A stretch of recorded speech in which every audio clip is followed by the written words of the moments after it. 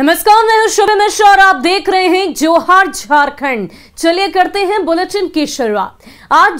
कल झारखंड की बात करें तो आपके अधिकार आपकी सरकार आपके द्वार कार्यक्रम को लेकर सरकार खूब अपनी पीठ थपथपा रही है। अधिकारी से लेकर मंत्री और सत्ता पक्ष के विधायक लोगों के द्वार पहुंच रहे हैं, लेकिन चाईबासा में इस कार्यक्रम में शामिल होने पहुंचे मंत्री जी से लेकर पूरा प्रशासनिक अमला फंस गया है।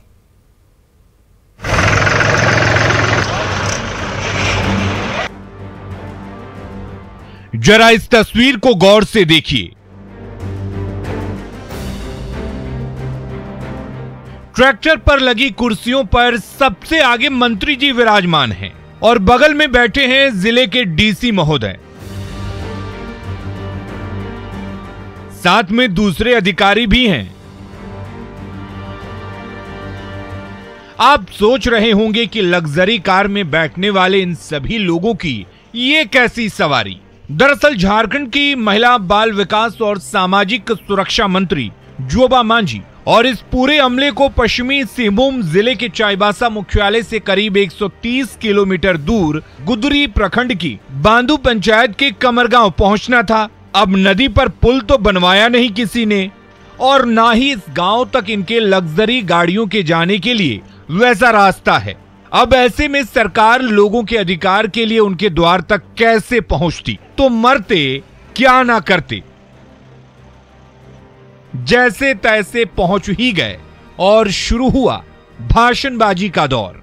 तिसिंग दो नेनागे अबुआ मुख्यमंत्री निया राज रे पूरा पंचायत रे सेन कहते जिलारीन पदाधिकारी कोई जगह के पंचायत रे सेनो कहते जाचिबिन के सरकार योजना चालू करना होके मुझे अत्यंत ही आनंदित और हर्षित महसूस हो रहा है। आज हम जो कार्यक्रम में उपस्थित हुए हैं इसका नाम है आपके अधिकार आपकी सरकार आपके द्वार। आप यहाँ पर आकर अपनी दिक्कतों का या फिर अपनी योजनाओं से संबंधित पंजीकरण करा सकते हैं और साथ ही साथ उनका ऑन द स्पॉट निवारण कर सकते हैं। अरे मंत्री महोदया, डीसी साहब, अगर आज यहां पुल होता, अच्छी सड़कें होती तो इस तरह जुगाड़ से यहां पहुंचने की नौबत नहीं आती। ठाठ से अपने कारकेट के साथ चलते, चेहरे पर भी प्रसन्नता झलकती और चेहरे पर इस तरह की सिकुड़न लिए भाषण नहीं देना पड़ता। खैर, हम आपके दर्द को समझते हैं, लेकिन सूबे की सरकार, मंत्रीगण और अधिकारीगण को आज तो एहसास हो ही गया होगा कि कैसे रोज यहाँ की करीब 8,000 से अधिक की आबादी आना जाना करती होगी। उम्मीद करते हैं कि अब इनके द्वार पहुंचने के बाद सबसे पहले तो आप सब यहाँ के लोगों की तकलीफ को दूर करेंगे, जिससे आज आप खुद दो चार हुए। वैसे इन तस्वीरों को सरकार आप आईना समझिए। प्रभंजन, न्यूज़ 18, चाईबासा। वहीं देवघर पुलिस ने 5 साइबर अपराधियों को गिरफ्तार किया है। सारड़, खागा और बुद्धई थाना इलाके में छापेमारी करते हुए पुलिस ने 5 साइबर शातिरों को दबोच लिया। ये लोग हल्दीराम का फ्रेंचाइजी दिलाने के नाम पर लोगों को शिकार बनाते थे, साथ ही फर्जी बैंक अधिकारी और कस्टमर केयर एग्जीक्यूटिव बनकर भी लोगों को झांसा देकर वारदात को अंजाम दे रहे थे। गिरफ्तार अपराधियों के पास से 14 मोबाइल, 15 सिम, 6 एटीएम और 2 पासबुक जब्त किए गए। हम लोग छापामारी किए। छापामारी के क्रम में साइबर ठग जो फर्जी बैंक अधिकारी बनकर सर्विस प्रोवाइडर बनकर आम लोगों को ठगते हैं, उनमें से 5 आदमी तो पकड़े सर। उनके पास से 14 मोबाइल, 15 सिम, 6 एटीएम और 2 पासबुक बरामद हुआ सर। वहीं जामताड़ा में पुलिस ने 2 साइबर अपराधियों को गिरफ्तार किया है। पुलिस ने छापेमारी में अपराधी मुमताज अंसारी और नसरुल अंसारी को शिकंजे में लिया। हालांकि एक साइबर अपराधी अनाउल अंसारी पुलिस को चकमा देकर भागने में कामयाब रहा। पुलिस ने इनके पास से 2 मोबाइल, 4 सिम कार्ड, 40,000 कैश, बरामद किए। पुलिस ने महिजाम थाना क्षेत्र से साइबर अपराधी मुमताज अंसारी को एटीएम से पैसा निकासी करते हुए गिरफ्तारी की। उसी के निशानदेही पर नसरुल अंसारी के देवघर जिले की पाला जोड़ी से गिरफ्तार किया गया। पुलिस ने दोनों को एक साथ उनके खिलाफ मामला दर्ज किया है और जेल भी भेज दिया। वहीं पलामू के चैनपुर थाना इलाके में आदिम जनजाति की युवती से गैंगरेप का मामला सामने आया है। जीप चालक और उसके दोस्त पर गैंगरेप का आरोप लगा है। बताया ये जा रहा है कि अस्पताल से बहन को खाना देकर लौट रही युवती के साथ इस वारदात को अंजाम दिया गया। पीड़ित युवती का SMMCH में इलाज चल रहा है। वहीं पुलिस ने कार्रवाई करते हुए गाड़ी चालक को हिरासत में ले लिया। दूसरा आरोप अब भी फरार है। एसपी ने कहा है कि दूसरे आरोपी की भी जल्द गिरफ्तारी की जाएगी। पुलिस ने वारदात में इस्तेमाल की गई गाड़ी को भी बरामद कर लिया। FIR हुआ है जिसमें एक जो है लड़की है, उसके साथ हॉस्पिटल के बाहर गाड़ी में रेप का आरोप आया है। और उसमें जो है उसने जिस 2 आदमी का नाम लिया है, एक का नाम लिया है कि उसने उससे रेप किया और एक का बताया कि वो गाड़ी पर साथ में सोया था या बैठा था। तो उसमें से एक को जो है पुलिस अपने कस्टडी में लेकर पूछताछ कर रही है। दूसरा अभी फरार है, जल्दी ही वो भी गिरफ्तार होगा। वहीं गिरिडीह में मनरेगा योजना अधिकारियों और जनप्रतिनिधियों के लिए लूट की योजना बन गई है। काम के बगैर धड़ल्ले से सरकारी पैसे की निकासी की जा रही है। सिरवा पंचायत में मनरेगा के तहत डोभा, TCB, पशु शेड, कुआं और खेल के मैदान और सड़क बनाने में भारी अनियमितता बरती गई है। ग्रामीणों की शिकायत पर DDC ने एक टीम को निरीक्षण के लिए भेजा। पदाधिकारियों ने भी माना कि मनरेगा योजना में भारी अनियमितता बरती गई है। लाखों की सरकारी राशि का चपत कर लिया गया, कभी भी ढंग से काम नहीं कराया गया है। बहुत सारी ऐसी योजनाएं हैं जिसमें कि अनियमितता भारी मात्रा में पाई गई है। जो प्राकलन के अनुरूप होना चाहिए वो नहीं पाया गया है। और हम लोग जांच प्रतिवेदन देने के उपरांत जैसे हम लोग को रिकॉर्ड मिल जाएगा संचिका, तो उसके आधार पर हम लोग जो जांच प्रतिवेदन है स्पष्ट बना करके उच्च अधिकारियों को दे देंगे। उसके बाद उनके द्वारा जो कार्रवाई की जाएगी। वहीं पूर्वी सिंहभूम जिले के मोहली से भालूखुलिया गांव तक 1 करोड़ की लागत से प्रधानमंत्री ग्रामीण सड़क योजना के तहत सड़क का निर्माण कराया गया, लेकिन इस सड़क निर्माण में लूट मची हुई है। ऐसी घटिया क्वालिटी की निर्माण सामग्री का इस्तेमाल हो रहा है। एक तरफ से सड़क बन रही है तो दूसरी तरफ से सड़क उखड़ने लगी है। सड़क निर्माण में घटिया सामान का भी प्रयोग किया जा रहा है। घटिया निर्माण से ग्रामीणों में आक्रोश है।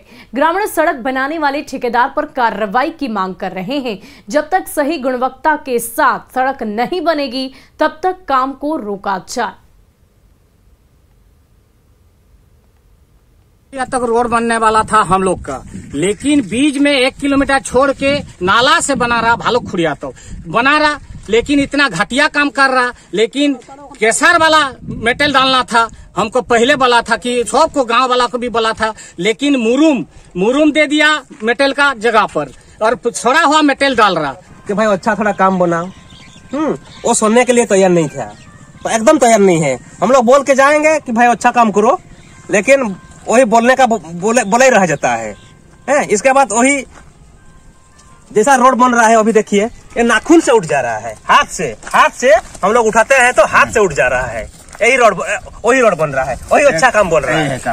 हम लोग ये भी बोले कि कोई अगर किसी की रंगदारी मांग रहा है तो वो बोलिए, हम लोग गाँव का आदमी चंदा इकट्ठा करके उसको देंगे। वहीं जामताड़ा जिला पशु तस्करों के लिए सेफ जोन बन गया है। बंगाल सीमा सटे रहने के कारण पशु तस्कर इसका पूरा फायदा उठाते हैं। जानकारी के अनुसार पशु तस्कर नाला कुंडहित इलाके से गायों को खरीदकर पश्चिम बंगाल के राजनगर में बिक्री करते हैं। हर हफ्ते हजारों की संख्या में पशुओं की तस्करी होती है, जिसे पश्चिम बंगाल के राजनगर में लगने वाले हटिया में बेचा जाता है। स्थानीय लोगों का कहना है कि प्रशासन को जानकारी होने के बावजूद कोई कार्रवाई नहीं की जाती है। वहीं पूर्व कृषि सह पशुपालन मंत्री सत्यानंद झा बाटुल ने प्रशासन के संरक्षण में गो तस्करी का आरोप लगाया और कहा कि इसके लिए पुलिस प्रशासन को मोटी रकम मिलती है। यहाँ राजनगर बगल में, यहाँ से 15 किलोमीटर तो हजारों की संख्या में वहाँ गुरुवार को राजनगर में हटिया लगता है। हजारों की संख्या में पैदल चला के बड़े पैमाने पर गो तस्करी हो रहा है क्षेत्र में।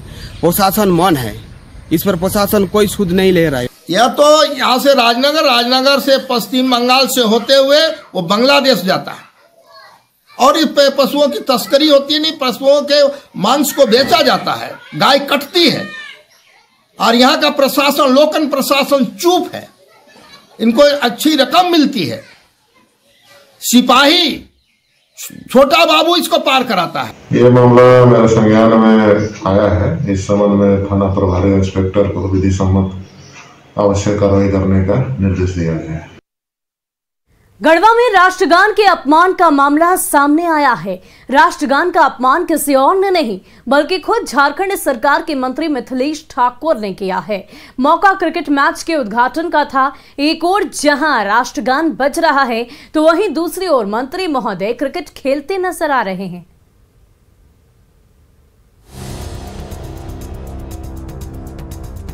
इन तस्वीरों को देखिए।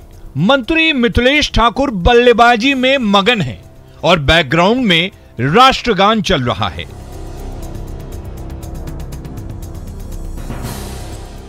मंत्री जी को राष्ट्रगान की अहमियत और उसके सम्मान की तनिक भी चिंता नहीं है।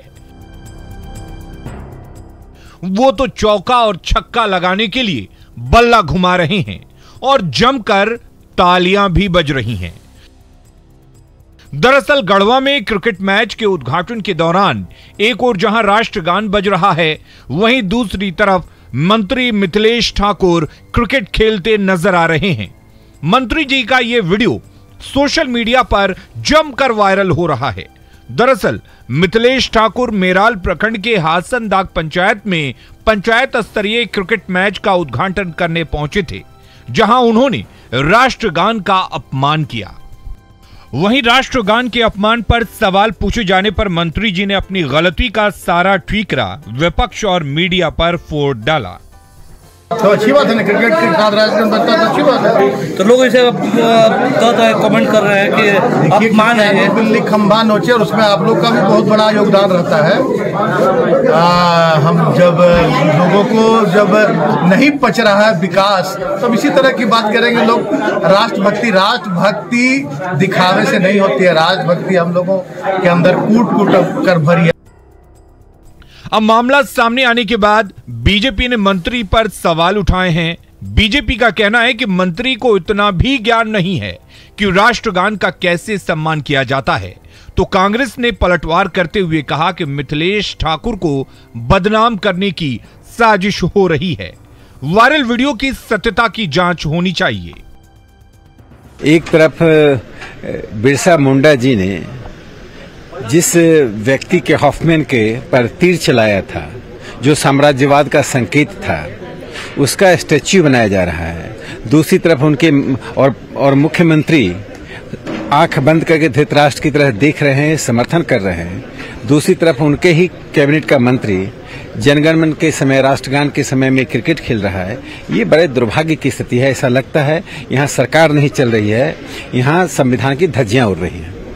मुझे यह लगता है कि जो वायरल वीडियो में मिथिलेश ठाकुर जी को क्रिकेट खेलते राष्ट्रगान के समय दिखाया गया है, वो वीडियो सरासर गलत है। वो वीडियो कब की है, कहां की है, इसकी सत्यता जांचनी चाहिए। खैर, आरोप प्रत्यारोप अपनी जगह है, लेकिन जनता के वोटों से मंत्री बने मिथिलेश ठाकुर को कम से कम इतना ज्ञान तो जरूर होना चाहिए कि राष्ट्रगान का सम्मान कैसे किया जाता है, क्योंकि यह तो हमें बचपन से ही स्कूलों में सिखाया जाता है। अब मंत्री जी के इस क्रिकेट प्रेम पर सवाल उठना तो लाजमी है कि आखिर राष्ट्रगान बजने पर भी मंत्री जी क्यों नहीं रुके? क्या राष्ट्रगान से ज्यादा जरूरी क्रिकेट था?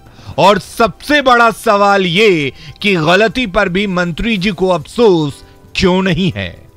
न्यूज़ 18 के लिए गढ़वा से चंदन कश्यप के साथ रांची से निरंजन की रिपोर्ट। वहीं गिरिडीह के हिरला में पीडीएस डीलर की कालाबाजारी से परेशान लाभुकों ने जमकर हंगामा किया। सैकड़ों ग्रामीणों ने पीडीएस दुकान संचालक का घेराव किया। लाभुकों का आरोप है कि पीडीएस दुकान संचालक अनाज का वितरण नहीं करते हैं। जो भी अनाज मिलता है उसका भी वजन कम होता है। डीलर ने लोगों को समझाने की कोशिश की, लेकिन लोग समझने को तैयार नहीं थे। डीलर ने सभी आरोप को गलत बताया है।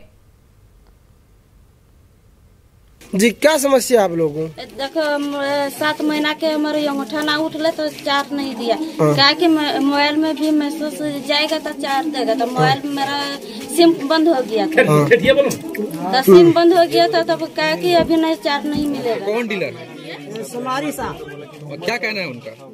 उनका कहना है देंगे, लेकिन अभी तक मिला नहीं है। नहीं मिला है। साड़ी और धोती नहीं मिला ना? नहीं मिला है। राशन भी नहीं मिला। ये अंगूठा ले लिया लेकिन दिया नहीं है। अंगूठा भी ले लिया, वो भी नहीं मिला। नहीं, अब कुछ कम नहीं दे रहा सर। देखिए नहीं। कितना वजन आप दे रहे राशन में? हाँ, 1 यूनिट पर कितना दे रहे हैं आप? 5 किलो। 1 unit 5 kilo. और सभी ग्रामीण का कहना है कि 3 किलो 4 किलो तक मिलता है। बोलने वाला जो बोले वो अलग बात है। वहीं चतरा जिला प्रशासन की अनदेखी और पथ निर्माण विभाग की लापरवाही के कारण NH 99 सड़क का बुरा हाल है। इस सड़क पर जरा सी चूक से आप हादसे के शिकार हो सकते हैं। ये सड़क चतरा, डोभी, शेरघाटी, हंटरगंज, पटना, जहानाबाद, औरंगाबाद, बनारस और जिला वासियों के कारोबारियों के लिए भी एक लाइफलाइन है। चतरा को डोभी से जोड़ने वाली महत्वपूर्ण सड़क आज अपनी बदहाली पर आंसू बहा रहा है। बदहाली की वजह से 1 घंटे की दूरी तय करने में आज 2 घंटे का वक्त लग जा रहा है। इस पे हमारा अनुरोध होगा कि जिला प्रशासन को बोलिए, यहाँ मंत्री विधायक को इस पे ध्यान दिया। बहुत खतरनाक एक्सीडेंट होते रहते हैं इस पर, क्योंकि चढ़ाई होने के साथ साथ इस पर बाइक चलाना बहुत टफ हो रहा है। पे नहीं बनना ये काफी दुखद है, लोगों के साथ अन्याय है। वहीं खबर धनबाद से है, जहां कंदुआ डीह बस्ती में पुलिस ने अवैध कोयला माइंस और अवैध कोयला डिपो में छापेमारी की है। पुलिस ने यहां भारी मात्रा में भोरे में भरा कोयला बरामद किया है। छापेमारी के दौरान कोयला कारोबारी फरार हो गए। बताया ये जा रहा है कि पुलिस को ये जब सूचना मिली थी इस जगह पर अवैध माइंस और अवैध कोयला डिपो संचालित है, जिसके बाद पुलिस ने कार्रवाई की। वहीं धनबाद में दिव्यांग अक्षत ने अपनी आंखें दान कर रखी थी। मस्कुलर डिस्टेंस बीमारी से लड़ते हुए दिव्यांग की मौत हो गई। अब मौत के बाद भी अक्षत की आंखें जरूरतमंद को रोशनी देगी। झरिया थाना क्षेत्र फतेहपुर का दिव्यांग पुत्र अक्षत समाज को प्रेरणा देकर इस दुनिया से अलविदा कह दिया। दिव्यांग अक्षत ने अपनी आंखें दान करने की घोषणा की थी। अक्षत की इस सोच के साथ पूरा परिवार सहमत था। अक्षत की मौत के बाद परिवार ने SNMCH अस्पताल को सूचना दी, जिसके बाद डॉक्टरों की 5 सदस्यीय टीम मौके पर पहुंचकर अक्षत की आंख का ऑपरेशन कर अपने साथ ले गए। अक्षत का पूरा परिवार अपने बेटे की मौत से दुखी जरूर है, लेकिन गौरवान्वित भी है। उसके बेटे की आंख किसी को रोशनी देगी। और फिलहाल के लिए इस बुलेटिन में इतना ही। हमें दीजिए इजाजत। न्यूज़ 18 बिहार झारखंड पर खबरों का सिलसिला जारी रहेगा।